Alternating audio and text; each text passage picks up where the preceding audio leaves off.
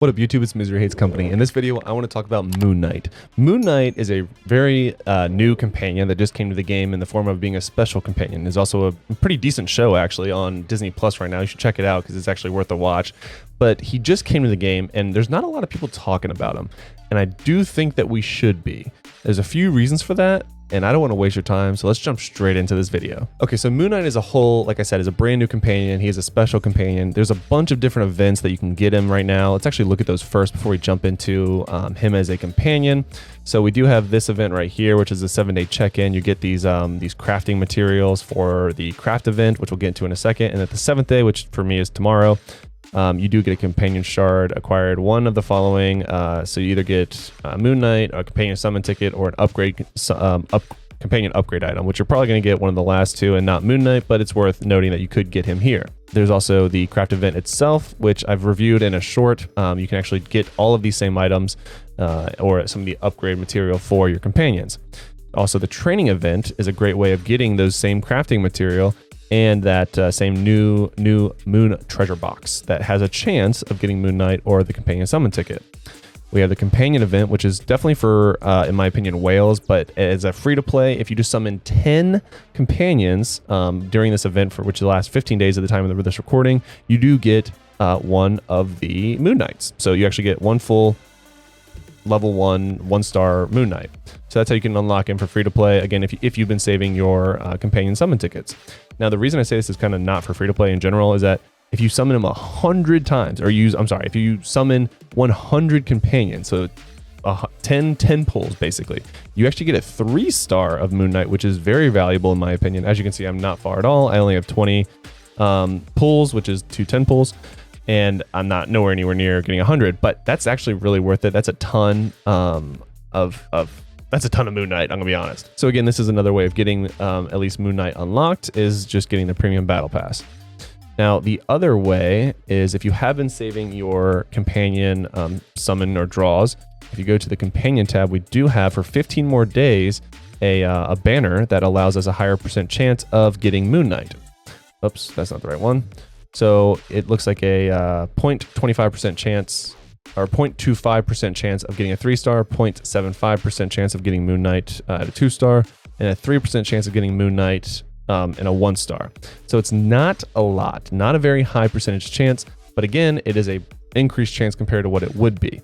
So if you've been saving them, I would actually recommend, because of all the different events that we have going on, if you've been saving your companion pulls, I would actually recommend using them on this banner, and I'll explain why right now.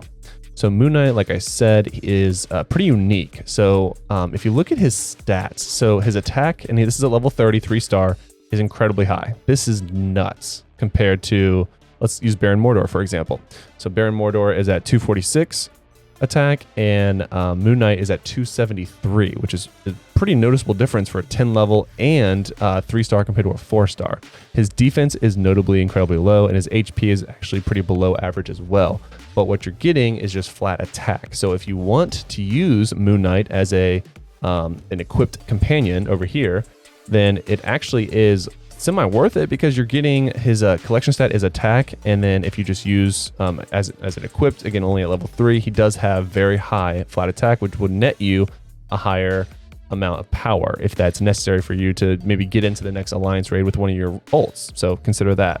Now, the other reason, and we haven't even gotten to his skill yet, that I think Moon Knight is being slept on, is that if you look at his bonus effects, so once you give him a 5-star and 6-star, which I hear you, I can hear you right now, that to get a special to 5 or 6-star takes a lot. But again, we do have different events. I only have 2 specials at 5-star. I don't have a single one at 6-star.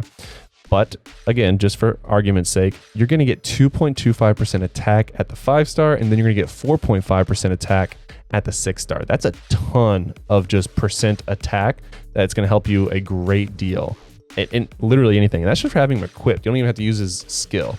But if we talk about his skill, it is, I don't know how to say it, something judgment, K judgment.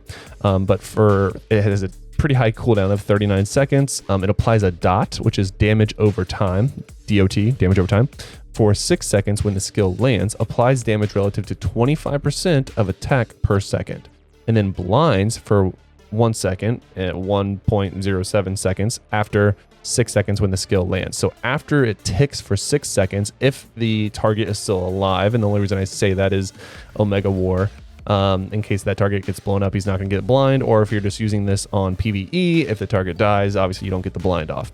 It's a medium guard break, and at level 1, he throws shurikens at multiple targets, dealing 635% attack, and and inflicts Crescent Moon, which is again is how you get the blind once it goes off after 6 seconds. So if we look at it here, we look at the skill animation. He summoned, boom, boom, boom, shurikens, and you can see the mark right there. I don't know what the total amount of dots that you can apply, or the total amount of multiple enemies. It just says multiple. I use him to like help farming overnight, and admittedly, he does hit quite a few people with it. So for that, I don't think he's going to be like the all best companion. However, I do think he will have a place in the meta, and that place is Omega War or any group PvP.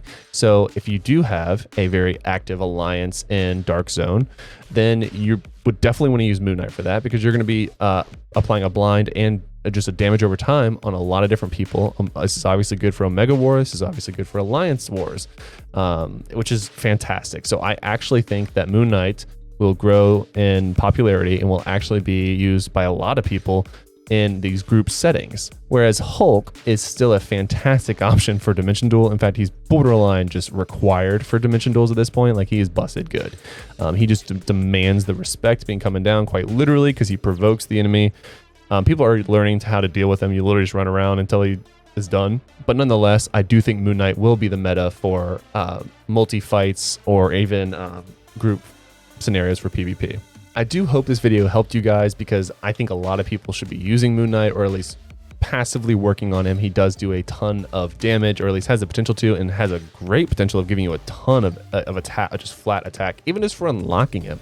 So I really do think that people are sleeping on Moon Knight. If this video helped you, make sure you smash the like button. And if you haven't seen my previous video, which I will put right here, right now, on what I think we should change in the Dark Zone to make it more attractive and more helpful to the overall gaming experience, check out this video right now, because I think you're going to agree with me. Check out this video right now.